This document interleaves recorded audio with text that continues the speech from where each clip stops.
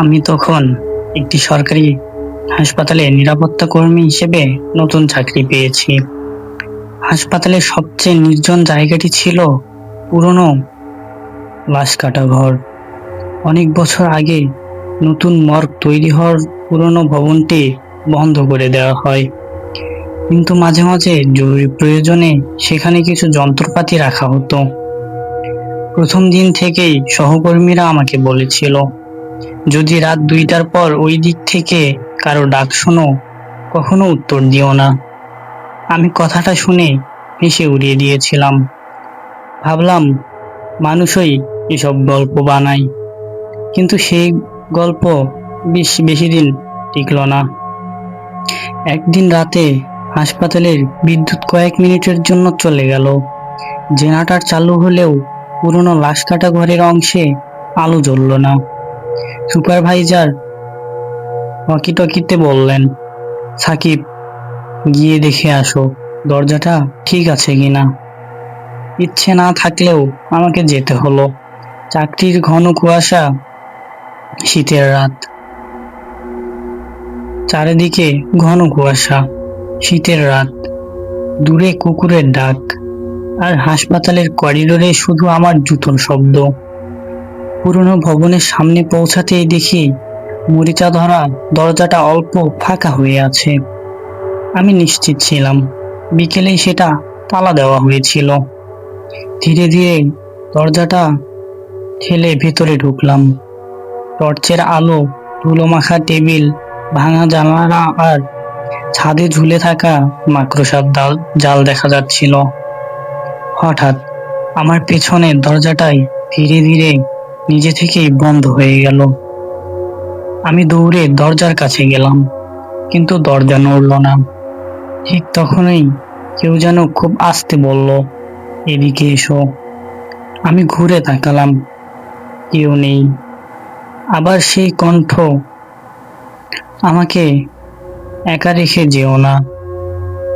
আমার হাত কাঁপতে শুরু করলো। টর্চের আলো বারবার মিটমিট করছিল।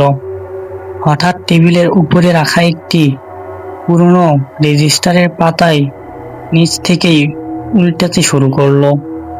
বাতাস ছিল না, তবুও পাতাগুলো থামছিল না। আমি সাহস করে কাছে গিয়ে দেখলাম, একটি পাতায় লাল কালি দিয়ে লেখা, আজও একজন বাকি। ঠিক তখনই আমার ওয়াকিটকি থেকে শব্দ এলো, সাকিব, তুমি কোথায়?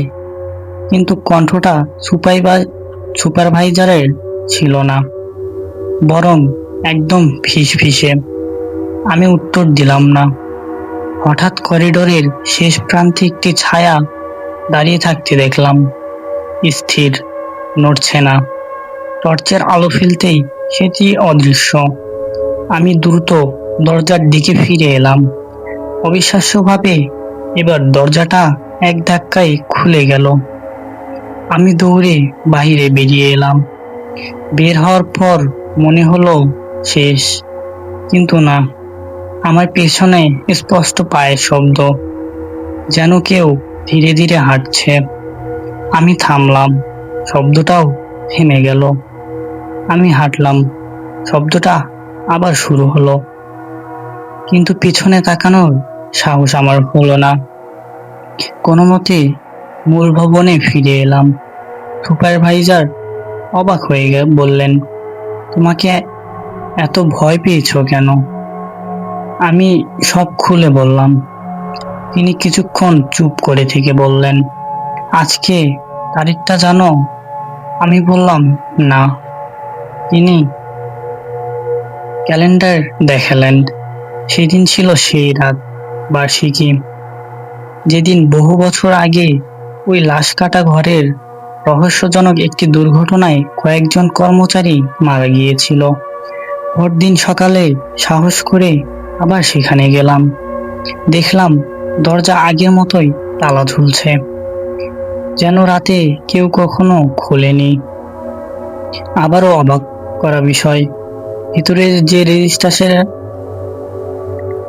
যে রেজিস্টারে আমি লেখা দেখেছিলাম, সেটি সব পাতা সম্পূর্ণ ফাঁকা, কোনো লেখা নেই।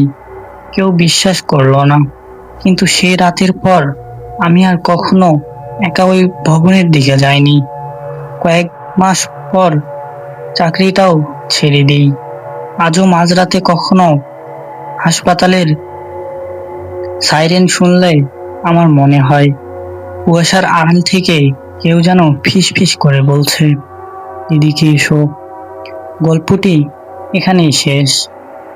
আপনি যদি রাতে নির্জন হাসপাতাল বা পরিত্যক্ত লাশ কাটা ঘরে কখনো গিয়ে থাকেন, তাহলে বলুন তো, আপনারাও কি কখনো এমন মনে হয়েছে সেখানে আপনি একা ছিলেন না? ভয়ের আবারও দেখা হবে নতুন অজানা ও শিহরণ জাগানো গল্পে।